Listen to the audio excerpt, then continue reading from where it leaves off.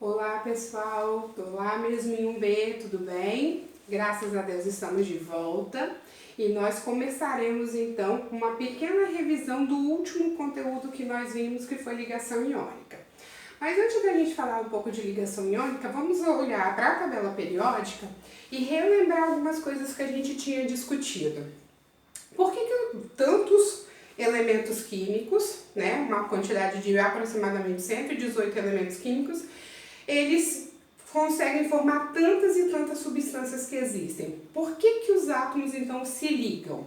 Lembram que eu fiz essa pergunta para vocês na última aula e a resposta é porque eles querem adquirir 8 elétrons na camada de valência? É porque eles querem adquirir estabilidade. De onde vem essa estabilidade, então? A gente tem um gráfico de energia, lembram do gráfico? Que quando os átomos, né, ou as moléculas, ou os compostos, eles chegam no vale de energia, ou seja, na menor quantidade de energia possível, eles adquirem mais estabilidade. Ou seja, tudo que acontece na natureza, tudo que existe na natureza, é porque eles chegaram na menor quantidade de energia, ou seja, na maior estabilidade. Mas agora, então, nós vamos revisar um pouquinho de ligação iônica. Olha lá. Quando eu lembro de ligação iônica, eu sempre venho à minha mente íons. E quais são os dois tipos de íons que existem? Cátions, que são aquelas espécies que querem perder elétrons para poder ficar estáveis, e ânions, que são aquelas espécies que querem ganhar elétrons para poder ficar estável. Então, toda vez que a gente tiver uma ligação iônica, a gente sempre precisa ter íons, cátions e ânions, uma espécie perdendo elétrons e uma outra espécie ganhando elétrons. Analisando então a tabela periódica, quem são esses átomos que querem ganhar elétrons e perder elétrons? Esse grande grupo aqui, ó, esse grupo verde, eles são classificados como metais. Os metais, eles são caracterizados por terem poucos elétrons na camada de valência. E quando eles se ligam, eles querem perder esses elétrons, ou seja, se tornar cátions. Esse grupo amarelinho pequeno que a gente tem aqui, ó, são os ametais. Os ametais, eles têm muitos elétrons na camada de valência e quando eles se ligam, eles querem ganhar elétrons para completar o octeto. Então, quando eu tenho uma ligação iônica, eu vou sempre ter uma espécie querendo perder elétrons e uma outra espécie querendo ganhar elétrons. Vamos começar então pelo exemplo mais clássico de ligação iônica, que é o cloreto de sódio.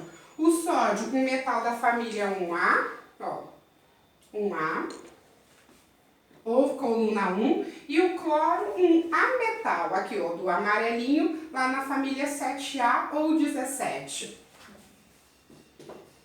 Se o sódio é da família 1A, ele tem apenas um elétron na camada de valência, esse CV é camada de valência, tá galera? E família 7A, 7 elétrons na camada de valência. Então, quando o sódio quer se ligar, ele quer perder esse um elétron, porque na camada anterior ele já tem 8. E o cloro, ele quer ganhar um elétron. Como é que eu posso fazer a ligação iônica? Eu posso fazer de duas formas. Eu posso fazer a estrutura de Lewis,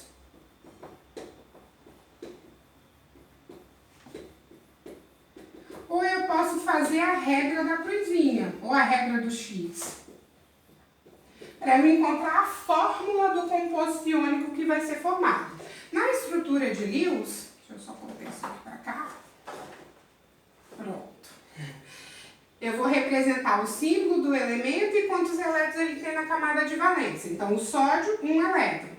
O cloro, 7 elétrons. O sódio doa 1 elétron para o cloro. E assim, o sódio ficou estável e o cloro também. E eu formei o NaCl. Essa é a fórmula do composto iônico. Já na regrinha do X é ainda mais fácil. O sódio, quando ele se torna um cátion, porque ele quer perder um elétron, a carga para ele vai ser de 1+. E o cloro, como ele quer ganhar um elétron, a carga para ele vai ser de 1-. 1+ com 1-, se eu quisesse eu poderia fazer o X, mas aqui nem precisa, porque a fórmula do composto vai ser NaCl. Tanto pela estrutura de Lewis quanto pela regrinha da cruzinha, eu tenho que chegar na mesma fórmula do composto. Vamos fazer mais um exemplo? Um exemplo que nós fizemos até na nossa aula, na última aula, né? Que foi do alumínio e do oxigênio. O alumínio também é um metal, só que o alumínio é um metal da família 3A. Ó. Ele está por aqui, ó. Já o oxigênio, ele é um ametal, amarelinho, na minha tabela, né? Da coluna 16. Então, o alumínio tem 3 elétrons na camada de valência e o oxigênio tem 6. O que o alumínio quer para ficar estável, professora? Ele quer perder esses 3 elétrons, ou seja, se tornar um cátion. O oxigênio, ele tem 6 elétrons, para ele ficar estável, ele quer ganhar 2 elétrons. Então, eu posso fazer daquelas duas formas, tanto da estrutura de Lewis quanto da cruzinha. A estrutura de Lewis vai ser como?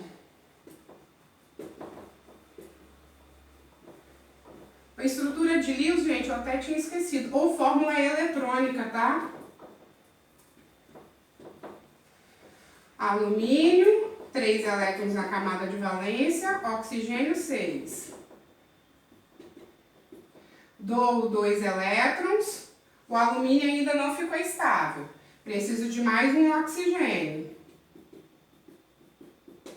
Dou, esse alumínio ficou estável, mas esse oxigênio ainda não. Preciso de mais um alumínio. Dou 1 elétron.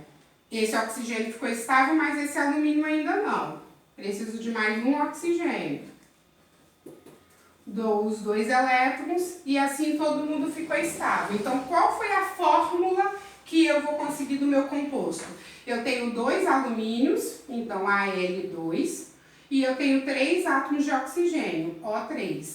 Esses índices que ficam aqui embaixo é a quantidade de vezes que o átomo aparece na fórmula, na estrutura eletrônica, beleza? Então, Al2O3. Se eu fizer pela regra do X, eu tenho que encontrar a mesma coisa.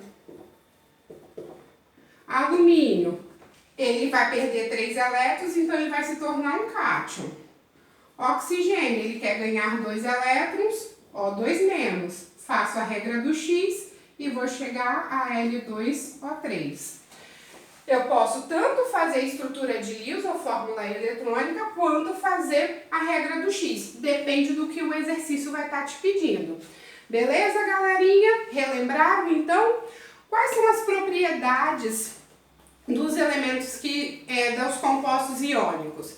Eles apresentam alta temperatura de fusão e de ebulição, né? Porque como eu tenho diferentes cargas, o que mantém essas moléculas unidas é a força coulombica ou força eletrostática, tá? Então, muito juntinho. E eles são sólidos à temperatura ambiente, muitos deles são sólidos brancos, beleza?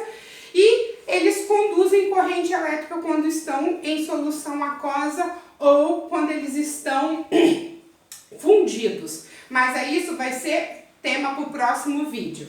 Beleza? Beijos!